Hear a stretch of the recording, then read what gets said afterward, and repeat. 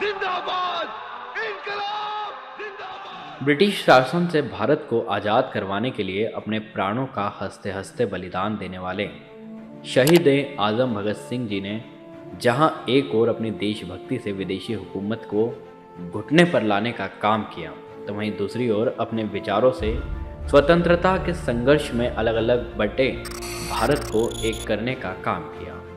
उनके विचारों से पूरे भारत में स्वाधीनता की लहर और तेज हो गई।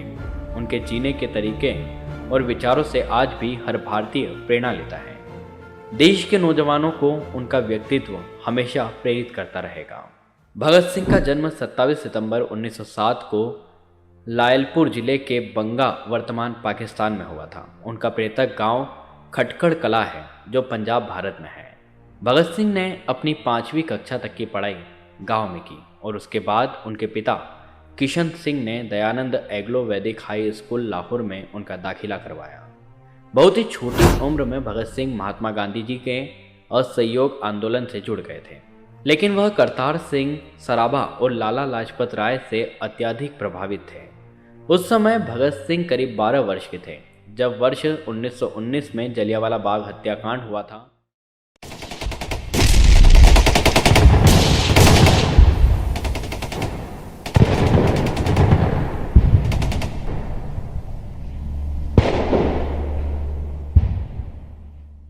इस हत्याकांड ने इनके बाल मन पर बहुत गहरा प्रभाव डाला।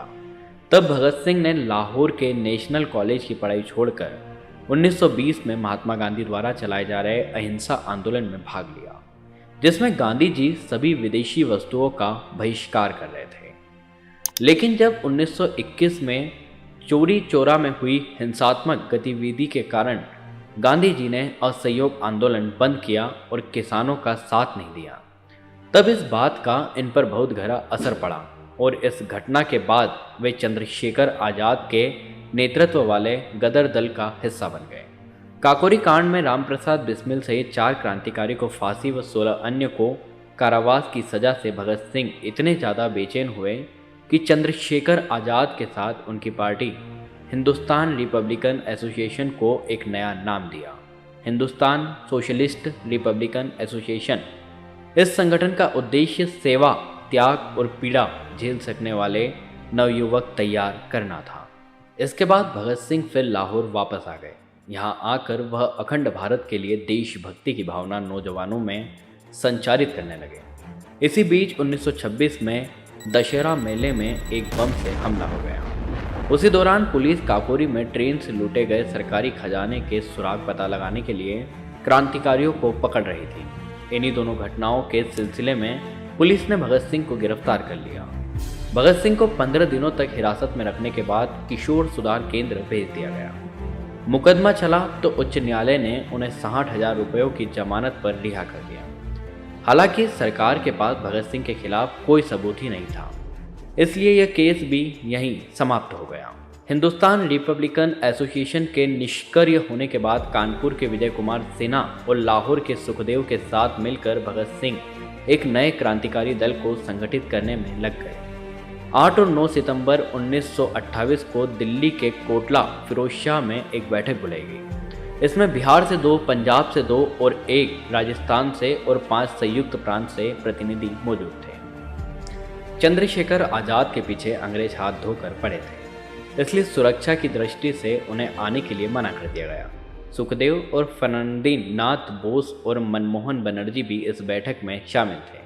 यहीं से चंद्रशेखर आज़ाद और भगत सिंह के नेतृत्व वाले हिंदुस्तान सोशलिस्ट रिपब्लिकन एसोसिएशन की स्थापना की गई। भगत सिंह दिसंबर 1928 में कोलकाता पहुंचे। उस वक्त वहां कांग्रेस का अधिवेशन चल रहा था। कोलकाता में उनकी मुलाकात त्रैलोक्य प्रतुल चंद गांगुली, प्रणिंदानंद बोस और यतीन्द्र नाथ दास से हुई। यहाँ उन्होंने सेंट्रल असेंबली वर्तमान संसद में एक बड़ा धमाका करने की योजना बनाई। इसके बाद भगत सिंह ने राजगुरु के साथ मिलकर 17 सितंबर 1928 को लाहौर में सहायक पुलिस अधीक्षक रहे अंग्रेज अधिकारी जेपी साडस को मारा। इस कार्रवाई में क्रांतिकारी चंद्रशेखर आज़ाद ने भी उनकी पूरी सहायता की। इसके बाद भगत सिंह ने अपने क्रांतिकारी साथी बटुकेश्वर दत्त के साथ मिलकर अलीपुर रोड स्थित ब्रिटिश भारत की तत्कालीन सेंट्रल असेंबली के सभागार में 8 अप्रैल 1929 को अंग्रेज सरकार को जगाने के लिए बम और पर्चे फेंके। बम फेंकने के बाद वहीं पर उन दोनों ने अपनी गिरफ्तारी भी दी। चंद्रशेखर आज़ाद, यतीन्द्रनाथ दास, सुखदेव, बटुकेश्वर दत्त और विजय कुमार सिन्हा के साथ उन्होंने इस योजना पर काम करना शुरू कर दिया। अपने बनाए गए बमों को इन क्रांतिकारियों ने झांसी में परीक्षण किया और वह सफल रहा। केंद्रीय असेंबली में उन दिनों जन सुरक्षा बिल और औद्योगिक विवाद बिल पर बहस चल रही थी। जन सुरक्षा बिल 6 सितंबर 1928 को पेश किया गया था। इसका मकसद क्रांतिकारी गतिविधि पर रोकथाम लगाना था। हालांकि यह नामंजूर हो गया। फिर जनवरी 1929 में फेरबदलों के साथ फिर से बिल असेंबली में लाया गया, जबकि औद्योगिक विवाद बिल मजदूरों का हड़ताल पर जाने से रोकने के लिए 4 सितंबर 1928 को लाया गया था। सदन ने उसे सिलेक्ट कमेटी को भेज दिया और कुछ बदलाव के साथ 2 अप्रैल 1929 को बहस के लिए पेश किया। सुधारों के बावजूद भी दोनों प्रस्ताव सर्वसम्मति से पारित नहीं हुए। वायसराय ने अपने विशेष अधिकार से उन्हें कानून का रूप दे दिया। इसकी घोषणा 8 अप्रैल 1929 को असेंबली में की जानी थी। उसी दिन भगत सिंह और बटुकेश्वर दत्त असेंबली में मौजूद थे। लाला लाजपत राय की हत्या का दोषी सायरन भी इस दिन असेंबली की कार्रवाई देखने आया था। भगत सिंह ने एक साथ 2 बम पीछे की तरफ फेंक दिए जिससे किसी की जान को हानि न हो। उसके बाद उन्होंने पिस्तौल से 2 गोलियां हवा में डाली। इसी के साथ भगत सिंह और बटुकेश्वर दत्त ने इनकलाब जिंदाबाद के नारे लगाने शुरू कर दिए। भगत सिंह ने गोलियों से भरी अपनी पिस्तौल नीचे रख दी। वे दोनों चाहते तो भाग सकते थे, लेकिन उन्होंने स्वयं को पुलिस के हवाले कर दिया। दिल्ली में 4 जून 1929 को उनके मुकदमे की सुनवाई शुरू हुई और सेशन जज मिडल्टन ने 10 जून को उन्हें आजन्म कारावास का फैसला सुनाया। भगत सिंह को मियावली जेल और बटुकेश्वर को लाहौर सेंट्रल जेल भेज दिया गया। इसी दौरान उन पर 10 जुलाई 1929 को लाहौर में सहायक पुलिस अधीक्षक साडस की हत्या का मुकदमा चला। वहीं भगत सिंह ने विरोध स्वरूप न्यायालय में पेशी के लिए आना भी बंद कर दिया, जिसके बाद गवर्नर जनरल इरविन ने 1 मई 1930 को लाहौर षड्यंत्र केस पर एक अध्यादेश जारी किया, जिसके अंतर्गत 3 जजों का विशेष न्यायाधिकरण बनाया गया। इसे अधिकार दिया गया कि वे अभियुक्त की अनुपस्थिति में मुकदमा चला सकते हैं। शुरू के दिनों में भगत सिंह और अन्य क्रांतिकारियों ने इस कार्यवाही में हिस्सा लिया। वे वहां 12 मई 1930 को गए और देशभक्ति के गीत गाने लगे। ब्रिटिश सरकार को यह नागवार गुजरा और वहां पुलिस द्वारा उन्हें पीटा जाने लगा। इस घटना के बाद वे कभी अदालत में नहीं गए। वायसराय ने एक नए अध्यादेश से दूसरा विशेष न्यायाधिकरण बना दिया। इस न्यायाधिकरण के आगे भी कोई क्रांतिकारी अदालत में पेश नहीं हुआ। बिना अभियुक्तों के 3 महीनों तक कार्यवाही चली और 26 अगस्त 1930 को समाप्त हो गई। न्यायाधिकरण का फैसला 7 अक्टूबर 1930 को सुनाया, जिसमें भगत सिंह, सुखदेव और राजगुरु को फांसी की सजा दी गई। भगत सिंह और उनके साथियों को 24 मार्च को फांसी दी जानी थी, लेकिन उन्हें निर्धारित समय से 11 घंटे पहले फांसी पर लटका दिया गया। जैसे ही ये खबर फैली, भारतीय जनता में आक्रोश और सदमा छा गया। न्यूयॉर्क में डेली वर्कर अखबार ने इस फांसी को ब्रिटिश लेबर सरकार के सबसे खूनी काम की संज्ञा दी। महात्मा गांधी को, जो उन दिनों कराची की यात्रा पर थे, इन फांसियों के लिए जिम्मेदार ठहराया गया। जैसे ही गांधी जी की ट्रेन कराची स्टेशन पर पहुंची, प्रदर्शनकारियों ने उनके हाथ में विरोध जताने के लिए काले फूल पकड़ा दिए। उन पर आरोप लगे कि उन्होंने भारत के भविष्य के बारे में होने वाली बातचीत में लॉर्ड इरविन के सामने भगत सिंह को फांसी न दिए जाने की शर्त नहीं रखी। जब फैसले का दिन आया, तब भगत सिंह के साथ साथ उनके 2 और साथी सुखदेव और राजगुरु भी चल रहे थे। उन तीनों ने अंग्रेज सरकार से अनुरोध किया था कि राजनीतिक कैदियों के उनके दर्जे को देखते हुए उन्हें साधारण अपराधियों की तरह फांसी पर चढ़ाकर गोलियों से मारा जाए, लेकिन अंग्रेज सरकार ने उनके इस अनुरोध को ठुकरा दिया था। भगत सिंह उन तीनों के बीचों बीच चल रहे थे, सुखदेव उनके बाईं तरफ और राजगुरु उनके दाहिनी तरफ। भगत सिंह ने फांसी से पहले फंदे को चूमा। सतविंदर जस अपनी किताब the execution of Bhagat Singh में लिखते हैं, इस क्षण को महसूस करने के लिए भगत सिंह ने अपनी ज़िंदगी देश के लिए न्यौछावर कर दी, बल्कि उन्होंने इस क्षण का बाकायदा इंतजार किया था, इसकी योजना बनाई थी। फांसी के फंदे को उन्होंने खुद अपने गले में पहना था। भगत सिंह के बाद राजगुरु और सुखदेव के गले में भी फांसी के फंदे पहना दिए गए थे। उन्होंने भी पहनाए जाने से पहले फंदे को चूमा था, उनके हाथ और पैर बांध दिए गए थे। कुलदीप नैयर अपनी किताब without fear the life and trial of Bhagat Singh में लिखते हैं, जल्लाद ने पूछा था कौन पहले जाएगा। सुखदेव ने जवाब दिया था मैं सबसे पहले जाऊंगा। जल्लाद ने एक के बाद एक 3 बार फांसी का फंदा खींचा। तीनों के शरीर बहुत देर तक फांसी के तख्ते से लटकते रहे थे। पहले योजना थी कि इन तीनों का अंतिम संस्कार जेल में ही किया जाएगा, लेकिन फिर सोचा गया कि उठते हुए धुएं को देखकर बाहर खड़ी भीड़ उत्तेजित हो जाएगी, इसलिए तय किया गया कि उनका अंतिम संस्कार सतलज के तट पर कसूर में किया जाएगा। रातों रात जेल के पिछवाड़े की दीवार तोड़ी गई, वहां से एक ट्रक को अंदर लाया गया। इन तीनों के पार्थिव शरीर को घसीटते हुए ले जाकर उन ट्रकों में फेंक दिया गया। मनमथ नाथ गुप्त अपनी किताब history of Indian revolutionary movement में लिखते हैं, सतलज नदी के तट पर 2 पुजारी उन शवों का इंतजार कर रहे थे। उन तीनों के मृत शरीर को चिता पर रखकर आग लगा दी गई। जैसे ही भोर होने लगी, जलती चिता की आग बुझाकर आधे जले हुए शरीरों को सतलज नदी में फेंक दिया गया। बाद में इस जगह की शिनाख्त चौकी नंबर 201 के रूप में हुई। जैसे ही पुलिस और पुजारी वहां से हटे, गांव वाले पानी के अंदर घुस गए। उन्होंने अध जले शरीर के टुकड़ों को पानी से निकाला और फिर ढंग से उनका अंतिम संस्कार किया। 23 मार्च 1931 को शाम 7:33 पर इन्हें फांसी दी गई थी। भारत के इतिहास में झांसी की रानी से लेकर ऐसी कई बड़ी और महान रानियां हुई हैं जिन्होंने भारत देश का सिर हमेशा ऊंचा रखा और अपने त्याग और बलिदान से भारत देश को एक नई दिशा भी दी। इन्हीं रानियों में से एक है अहिल्याबाई होलकर, जिन्होंने औरंगजेब के तोड़े हुए हिंदू मंदिर बनवाने से लेकर मराठाओं के लिए लड़ने तक अपना नाम भारत इतिहास के पन्नों पर अमर कर दिया। नमस्कार और स्वागत है आपका ग्लोबल 1000 में। और आज के इस वीडियो में हम आपको बताएंगे एक ऐसी महिला की कहानी जो भारत में एक मिसाल की तरह स्थापित हुई है। भारत का इतिहास बहुत ही समृद्ध रहा है। इस देश में कई लड़ाइयां देखी है, कई शासकों का राज देखा है, लेकिन ये देश सिर्फ राजाओं से नहीं बल्कि रानियों से भी चर्चित रहा है। भारत की रानियां, महारानियां और मल्लिकाएं सिर्फ सौंदर्य और प्रतिभा के लिए ही नहीं जानी जाती, बल्कि उनकी सैन्य शक्ति, सामाजिक कार्य और कई कारणों से वो जानी जाती है। अहिल्याबाई होलकर का नाम सुनकर शायद आपको देश के कई कॉलेज और यूनिवर्सिटीज के बारे में याद आता हो, लेकिन यकीन मानिए उनकी शख्सियत और ख्याति सिर्फ इतनी ही नहीं है। अहिल्याबाई होलकर मध्य प्रदेश के माहेश्वर की कर्ता धर्ता थी और होलकर साम्राज्य का एक अहम हिस्सा। उन्होंने कई लोगों के आक्रमण से लेकर अपनी मालवा की रक्षा की थी। उन्हें उनके सामाजिक कार्यों के बारे में भी जाना जाता है। अहिल्याबाई होलकर का जन्म वर्ष 31 मई 1725 को महाराष्ट्र राज्य के चौड़ी नामक गांव अहमदनगर में हुआ था। वह एक सामान्य से किसान की पुत्री थी।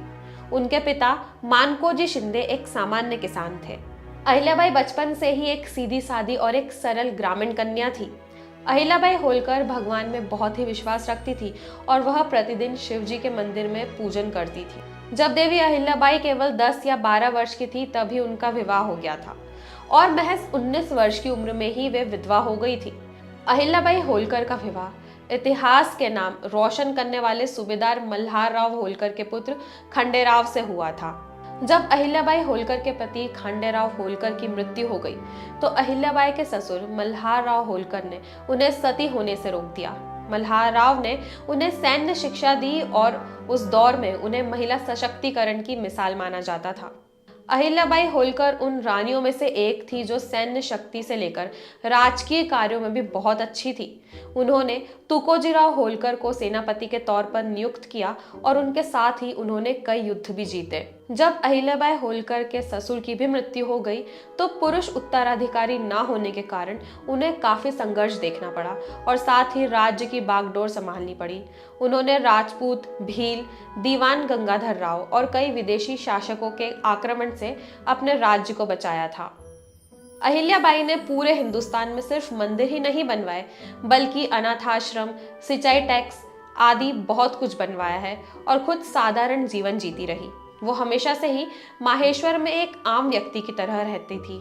अगर बात की जाए अहिल्याबाई होलकर की तो उन्हें हमेशा से ही समाज सेवी माना जाता था। उन्होंने कभी भी किसी को मृत्युदंड नहीं दिया। इतना ही नहीं, उन्होंने कैदियों से शपथ लेकर उन्हें छोड़ने का काम भी कराया। अहिल्याबाई ने 17/12 स्कीम चलाई, जहां किसानों को खेती करने के लिए राज्य पैसे देगा और फिर उपज भी बांटी जाएगी। उन्होंने कई राज्य भी स्थापित करे, जिससे मालवा राज्य बहुत ही समृद्ध राज्य बन गया। अहिल्याबाई एक मिसाल है जो हमें कुछ न कुछ सिखा सकती है। वो एक ऐसी रानी थी जिन्होंने सत्ता का लोभ नहीं बल्कि समृद्धि को चुना। वो एक ऐसी महिला थी जो 1700 की सदी में भी पढ़ लिखकर आत्मनिर्भरता का पाठ पढ़ाती थी। 1767 में बेटे मालेराव की मृत्यु के बाद अहिल्याबाई ने तुकोजी होलकर को सेनापति नियुक्त किया। वह एक बहादुर योद्धा और एक अचूक तीरंदाज थे। उन्होंने कई युद्धों में अपनी सेना का कुशल के साथ नेतृत्व किया। वहीं देश भर में तमाम मंदिरों के जीर्णोद्धार कराने के साथ साथ धर्मशालाओं, भोजनालय और बावरियों का भी अहिल्याबाई ने निर्माण कराया। काशी विश्वनाथ और सोमनाथ, इन 2 हिंदू मंदिरों के जीर्णोद्धार और पूर्ण निर्माण के लिए अहिल्याबाई का नाम बहुत ही सम्मान से लिया जाता है। ये दोनों ही मंदिर शिव के 12 ज्योतिर्लिंग में आते हैं। कहा जाता है कि सोमनाथ का मंदिर ईर्षा के पूर्व भी स्थित था। इन दोनों मंदिरों पर बार बार आक्रमण हुए, लेकिन अहिल्याबाई ने इसका निर्माण दोबारा करवाया। 13 अगस्त 1795 को 70 साल की उम्र में उनकी मृत्यु हो गई। अहिल्याबाई वाकई में एक सशक्त महिला थी। आज़ाद एक ऐसा शब्द जो महान स्वतंत्रता सेनानी चंद्रशेखर आज़ाद के साथ जुड़ा है। इन्होंने अपनी पूरी जिंदगी को आज़ाद रखने का चुनाव किया था और उसे आखिरी सांस तक निभाया भी। आइए आज ऐसे ही महान स्वतंत्रता सेनानी की बात करते हैं जिसने भारत के आज़ादी के इतिहास पर एक गहरी और मजबूत छाप छोड़ी है। चंद्रशेखर आज़ाद का जन्म 23 जुलाई 1906 को मध्य प्रदेश के झाबुआ जिले के भाबरा नामक स्थान पर हुआ था। इन्होंने अपना पूरा जीवन देश की आज़ादी की लड़ाई के लिए कुर्बान कर दिया। चंद्रशेखर बेहद कम उम्र में देश की आज़ादी की लड़ाई का हिस्सा बने थे। जब सन 1922 में चोरी चौरा की घटना के बाद गांधी जी ने अपना आंदोलन वापस ले लिया तो आज़ाद का कांग्रेस से मोह भंग हो गया। इसके बाद वे पंडित राम प्रसाद बिस्मिल और सची चंद्रनाथ सान्याल, योगेश चंद्र चैटर्जी द्वारा 1924 में गठित हिंदुस्तान रिपब्लिकन एसोसिएशन से जुड़ गए। इस एसोसिएशन के साथ जुड़ने के बाद चंद्रशेखर ने राम प्रसाद बिस्मिल के नेतृत्व में काकोरी कांड 1925 में पहली बार सक्रिय रूप से भाग लिया। इन सफल घटनाओं के बाद उन्होंने अंग्रेजों के खजाने को लूटकर संगठन के क्रांतिकारी गतिविधियों के लिए धन जुटाना शुरू कर दिया। चंद्रशेखर का मानना था कि ये धन भारतीयों का ही है जिसे अंग्रेजों ने लूटा है। चंद्रशेखर को आज़ाद नाम एक खास वजह से मिला। चंद्रशेखर जब 15 साल के थे तब उन्हें किसी केस में एक जज के सामने पेश किया गया। वहां पर जब जज ने उनका नाम पूछा तो उन्होंने कहा, मेरा नाम आज़ाद है, मेरे पिता का नाम स्वतंत्रता और मेरा घर जेल है। जज ये सुनने के बाद भड़क गए और चंद्रशेखर को 15 कोड़ों की सजा सुनाई। यहीं से उनका नाम आज़ाद पड़ गया। चंद्रशेखर पूरी जिंदगी अपने आप को आज़ाद रखना चाहते थे। किस्मत वाली बात उनके साथ ये हुई कि उन्हें अकेले लड़ते हुए शहादत भी मिली। अंग्रेजों से लड़ाई करने के लिए चंद्रशेखर आज़ाद इलाहाबाद के अल्फ्रेड पार्क में सुखदेव और अपने एक अन्य साथी के साथ बैठकर आगामी योजना बना रहे थे। इस बात की जानकारी अंग्रेजों को पहले से ही मिल गई थी, जिसके कारण अचानक अंग्रेज पुलिस ने उन पर हमला कर दिया। आज़ाद ने अपने साथियों को वहां से भगा दिया और अकेले अंग्रेजों से लोहा लगने लगे। इस लड़ाई में पुलिस की गोलियों से आज़ाद बुरी तरह घायल हो गए। वे सैकड़ों पुलिस वालों के सामने 20 मिनट तक लड़ते रहे। उन्होंने संकल्प लिया था कि वे न कभी पकड़े जाएंगे और न ब्रिटिश सरकार उन्हें फांसी दे सकेगी। इसीलिए अपने संकल्प को पूरा करने के लिए अपने पिस्तौल की आखिरी गोली खुद को मार ली और मातृभूमि के लिए प्राणों की आहुति दे दी। आज़ाद ने जिस पिस्तौल से अपने आप को गोली मारी थी उसे अंग्रेज अपने साथ इंग्लैंड ले गए थे, जो वहां के म्यूजियम में रखा गया था। हालांकि बाद में भारत सरकार के प्रयासों के बाद उसे भारत वापस लाया गया। अभी वह इलाहाबाद के म्यूजियम में रखा गया है। अब आपको बताते हैं आज़ाद से जुड़ी कुछ रोमांचक बातें जो आपको शायद ही पता हो या आपने शायद ही सुनी हो। जलियांवाला बाग कांड के समय चंद्रशेखर बनारस से पढ़ाई कर रहे थे। जब गांधी जी ने सन 1921 में असहयोग आंदोलन शुरू किया तो वे अपनी पढ़ाई छोड़कर सड़क पर उतर आए। आजाद भगत सिंह और राजगुरु ने मिलकर 17 दिसंबर 1928 की शाम को लाहौर में पुलिस अधीक्षक जेपी सैंडर्स को मार दिया। जब सैंडर्स के अंग रक्षक ने उनका पीछा किया तो चंद्रशेखर आजाद ने अपनी गोली से उन्हें भी खत्म कर दिया। इस हत्याकांड के बाद लाहौर में जगह जगह पर्चे चिपका दिए गए जिन पर लिखा था लाला लाजपत राय की मृत्यु का बदला ले लिया गया है। नारी कभी हारती नहीं, उसे हराया जाता है। लोग क्या कहेंगे, यह कहकर उन्हें डराया जाता है। आज हम जिसके बारे में बात करने जा रहे हैं वो नहीं होती तो महिलाओं को शिक्षा का अधिकार नहीं मिलता। भारत की सबसे पहली महिला शिक्षिका सावित्रीबाई फूले। आइए जानते हैं उनके पराक्रम की कहानी। सावित्रीबाई फूले का जन्म 3 जनवरी 1831 में हुआ था। उनका जन्म महाराष्ट्र के एक किसान परिवार में हुआ था। सावित्रीबाई के पिता का नाम खंडोजी नेवसे था और माता का नाम लक्ष्मीबाई था। इसी के साथ सावित्रीबाई भारत की सबसे पहली महिला शिक्षिका, कवित्री और समाज सेविका भी थीं। सावित्रीबाई की जिंदगी का सिर्फ एक ही लक्ष्य था कि लड़कियों को शिक्षित किया जाए। 9 वर्ष की आयु में सावित्रीबाई फूले का विवाह हो गया था। सावित्रीबाई एक किसान परिवार की थीं। इसके बावजूद भी वह भारत की पहली शिक्षिका बनी। इसी के साथ वह एक समाज सेविका भी बनी और कवयित्री के रूप में भी उभरी। सावित्रीबाई के द्वारा 2 काव्य पुस्तकें भी लिखी गई थीं।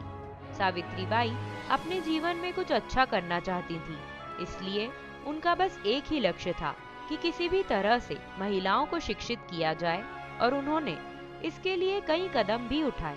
1848 में जब सावित्रीबाई फूले बच्चों को पढ़ाने जाती थी, सब लोग उन पर गोबर की बरसात करते थे। उन लोगों का कहना था कि शूद्र से अति शूद्र लोगों को पढ़ाने का अधिकार नहीं होता है, इसलिए लोगों के द्वारा सावित्रीबाई को रोका जाता था। इतना सब होने के बाद भी सावित्रीबाई नहीं रुकी और वह हमेशा अपना झोला लेकर चलती रही। उस झोले में हमेशा वह एक जोड़ी कपड़े रखा करती थी और जब लोग उन्हें गोबर से मारते थे तब उनके कपड़े गंदे हो जाते थे, इसलिए वह स्कूल में पहुंचकर अपने कपड़ों को बदल लिया करती थी। इसके पश्चात बच्चों को पढ़ाया करती थी। सावित्रीबाई का सिर्फ एक ही लक्ष्य था कि किसी भी तरह बच्चियों को पढ़ाया जाए। इसी के साथ उन्होंने कई प्रथाएं भी हटाईं और उन्हें उन पर कामयाबी भी मिली, जैसे विधवा प्रथा, छुआछूत, महिलाओं को अधिकार न मिलना। इन सब के दौरान सावित्रीबाई ने खुद के 18 स्कूल भी खोले। सबसे पहले उनका स्कूल पुणे में खुला था। सावित्रीबाई के द्वारा 3 जनवरी 1848 को अपने जन्मदिन पर उन्होंने अपना सबसे पहला स्कूल खोला था, जिसमें 9 अलग अलग जातियों के बच्चों को लेकर उन्होंने पढ़ाना शुरू किया था। इसके पश्चात उन्होंने धीरे धीरे यह मुहिम चलाई कि महिलाओं को शिक्षित करना अनिवार्य है और उन्होंने इस मुहिम में सफलता भी पाई। इसके बाद उन्होंने एक केंद्र की भी स्थापना की, जहां पर उन्होंने विधवा महिलाओं को पुनर्विवाह के लिए भी प्रेरित किया। इसी के साथ अछूतों के अधिकारों के लिए भी संघर्ष किया गया। सावित्रीबाई और उनके पति ज्योतिबा फूले दोनों ही एक समाज सुधारक थे। उन दोनों ने मिलकर समाज की बहुत अच्छे प्रकार से सेवा की थी, परंतु उनकी कोई संतान नहीं थी। इसलिए उन्होंने एक ब्राह्मण विधवा के पुत्र यशवंतराव को गोद ले लिया था। इस बात का विरोध पूरे परिवार के सभी सदस्यों ने किया, इसलिए उन्होंने अपने परिवार से अपना संबंध समाप्त कर दिया। 1852 में तत्कालीन ब्रिटिश सरकार ने सावित्रीबाई फूले और ज्योतिबा फूले को महिला शिक्षा के क्षेत्र में योगदान देने के लिए भली प्रकार सम्मानित किया। इसी के साथ केंद्र और महाराष्ट्र सरकार ने सावित्रीबाई फूले की स्मृति के रूप में भी कई पुरस्कारों की स्थापना की थी। 1897 में जब लोग प्लेग से ग्रसित हो रहे थे, तब सावित्रीबाई और उनके पुत्र के द्वारा एक अस्पताल खोला गया और उस अस्पताल में अछूतों का इलाज भी किया गया। परंतु इस बीमारी के दौरान सावित्रीबाई खुद भी इस बीमारी का शिकार हो गईं और उनका निधन हो गया। No wonder, but Indian women, along with Indian men, are meant to create history. Their contribution to the society and nation is priceless and has inspired since ages. In this episode, we will be sharing you an inspiring tale of a legendary female ruler who transformed the kingdom of Malwa in the 18th century. In a time when women were not given the priority they deserved, Ahilyabai Holkar was a ray of hope who defied the odds to become one of the India's most revered rulers. She was born in 1725 in Chaundi village in Maharashtra. Women then did not go to school, but Ahilya's father taught her to read and write. She married Khanderao Holkar of the Holkar dynasty of Indore at the age of 13 and became the Queen of Maratha, ruled Malwa kingdom. Ahilya Devi's husband died in the Battle of Kumher in 1754. 12 years later, her father-in-law, Malharao Holkar, also died. On many occasions, Ahilyabai led the army herself from the front like a brave warrior, armed with bows and arrows on the elephant. The Peshwa granted her permission to take over in 1767, and Ahilyabai proceeded to rule Malwa in a wise and sagacious manner for the next 28 years. Ahilyabai's kingdom was primarily agrarian, and she introduced many reforms to help increase crop production. She was focused on improving public infrastructure and constructing roads, buildings, and religious structures. Her contribution to the development of Hindu temples is particularly noteworthy, as she built more than 500 temples all over India. She constructed rest cottages, tanks, and wells in locations ranging from the Himalayas to South Indian pilgrimage sites. She contributed to the construction, upkeeping, and restoration of temples and supported festivals. Every sacred sites in India, including Rameshwaram, Puri, Gaya, Dwarka, and Omkareshwar and Badrinath, owes something to Ahilyabai Holkar. Ahilyabai also encouraged education and established schools for girls, encouraging them to pursue their dreams. She was also a great patron of the arts, and she commissioned many paintings and sculptures for temples and palaces. In 1996, to honor the memory of Ahilya Devi Holkar, leading citizens of Indore instituted an annual award in her name to be bestowed on an outstanding public figure. Ahilyabai turned Malwa into a prosperous land, starting with improvising the infrastructure of the place by building forts and roads and repairing ghats. The government of Republic of India issued a commemorative stamp in her honor on August 25, 1996. As a tribute to the great ruler, Indore Domestic Airport has been named Devi Ahilyabai Holkar Airport. Similarly, Indore University has been christened Ahilya University, Indore. From 1766 until she died in August 13, 1795, she inherited the throne and became one of the India's great women rulers, trained in both administrative and military matters by Malhar Rao. The warrior queen passed away at the age of 70.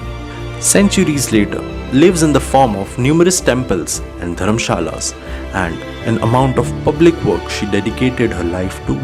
Devi Ahilya's legacy of good deeds, her dedication to religion, and her policies served to enrich the city into the 21st century. Her powerful leadership, commitment to public service, and religious tolerance make her an inspiring example of female empowerment and an icon of Maratha Empire. Her legacy still lives on in the minds and hearts of people of India.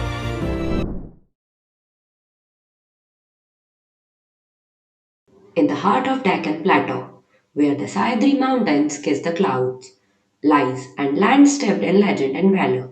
This is Maharashtra, the cradle of warriors, and the birthplace of a king who defied empires and carved his own destiny, the incomparable Chhatrapati Shivaji Maharaj.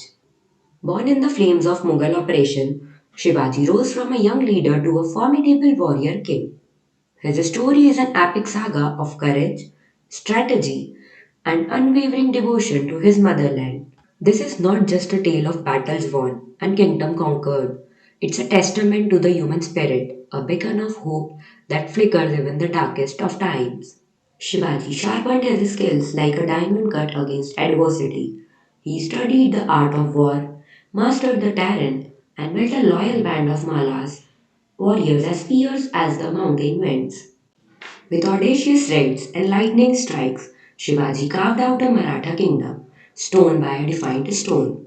He established a just and efficient administration, fostered trade and agriculture, and united the Maratha clans under his banner. His vision was not limited by petty rivalries. He understood that unity was the only weapon against the Mughal juggernaut. Through astute diplomacy and strategic alliances, he built a formidable confederacy, a testament to his political brilliance. The Mughals, the mightiest empire of the time, were not amused. They sent wave after wave of armies, but Shivaji, the mountain tiger, remained unyielding. He outmaneuvered his enemies using guerrilla tactics and his intimate knowledge of the terrain to inflict crippling defeats. His triumphs resonated across the land. From humble beginnings, Shivaji rose to become the Chhatrapati, the undisputed king of the Marathas. His coronation was not just a personal victory, it was a symbol of Maratha pride and defiance. Even captivity couldn't break his spirit. With cunning and audacity, Shivaji escaped the Mughal dungeons and returned to his kingdom, a legend whispered on the wind, a flicker of rebellion that refused to be extinguished. His rumble was not just about warfare. Shivaji established a just and equitable society, embraced religious tolerance, and fostered a cultural renaissance. He built forts and defied gravity, carved temples that touched the heavens, and created a legacy that transcended generations. Even today, Shivaji's spirit lives on in the heart of millions. He is more than a king. He is an icon of freedom, a symbol of resilience, and an inspiration for generations to come.